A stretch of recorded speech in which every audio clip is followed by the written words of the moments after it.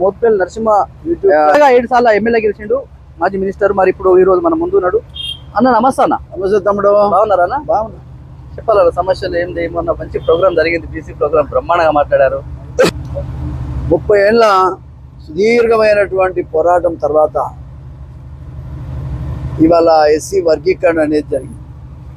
చాలా సంతోషంగా ఉంది. 70 సంవత్సరాల నా జీవితంలో మొత్తంగా 40 సంవత్సరాల పొలిటికల్ జీవితంలో మొత్తంగా కూడా 30 సంవత్సరాలు ఈ వర్గీకరణ కోసమే పోరాటం చేయడం జరిగింది. సోదరుడు మందకృష్ణ మాదిగ కానీ అనేక మంది మాదిగల యొక్క త్యాగాల ఫలితంగా ఇవాళ ఏబిసిడి సాధించుకోగలిగాం. ముఖ్యంగా దీనికి నాయకత్వం వహించి మరి ఎన్నో ఏళ్ళ ఈ పోరాటాన్ని అర్థం చేసుకొని మాదిగలకు న్యాయం చేయటానికి మరి రేవంత్ రెడ్డి గారు ముందుకు వచ్చినందుకు వారికి ప్రత్యేకమైనటువంటి మాదిగ జాతి తరఫున వారికి కృతజ్ఞతలు తెలియజేస్తాం. ఇది చాలా సంతోషకరమైనటువంటి పరిణామం. ముఖ్యంగా 15%లో ఎవరికి ఎంత ఇవ్వాలనేటువంటిది మరి నిర్ణయం చేశారు. 9, అదేవిధంగా 5, 1 చొప్పున నిర్ణయం చేశారు. ఏదేమైనా రాబోయే కాలంలో ఏదైనా తప్పుంటే సరి చేసుకోవచ్చు. కానీ మరి ఎన్నో ఇది ఒక జటిలమైన సమస్య, ఒక గండం నుంచి బయటపడ్డం అనేటువంటి అభిప్రాయాన్ని నేను ఈ సందర్భంగా వ్యక్తం చేస్తా ఉన్నా. దానికి కారణం మన రేవంత్ రెడ్డి గారని కూడా ఈ సందర్భంగా మంచి చెడు ముఖ్యంగా ఇవాళ మంచి జరిగిందనేటువంటిది మరొకసారి సందర్భంగా నేను తెలియజేస్తా ఉన్నా. ఏదేమైనా బీసీ కులగణన కూడా అసలు దాన్ని ప్రవేశపెట్టి హౌజ్లో ముఖ్యంగా ఆ కులగణన చేయటమే గ్రేట్. ఎక్కడ చేయలేదు భారతదేశంలో, బట్ తెలంగాణలో చేశారు. చాలా సంతోషకరమైన విషయం.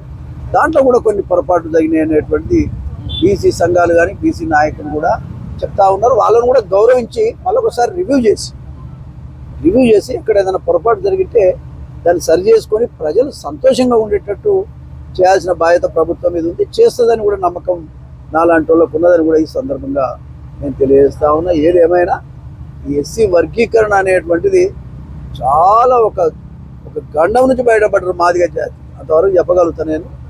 ఏది ఏమైనా మందకృష్ణ మాదిగ కానీ చాలామంది తమ్ముళ్ళు త్యాగం. నిన్న నేను మన అప్పుడు గాంధీ భవన్లో చనిపోయినారు 4. ఏది మన సురేందర్ మాదిగ, అదేవిధంగా జయరాం మాదిగ, మహేష్ మాదిగ అని వాళ్ళు పెట్రోల్ పోసుకొని చచ్చినారు. నిన్నంతా వాళ్ళను పరామర్శించారు. అటువంటి వాళ్ళ త్యాగాల ఫలితంగానే ఇది మనం సాధించుకోగలిగాం. నిజంగా చెప్పాలంటే ఇది ఒక మంచి శుభ పరిణామం.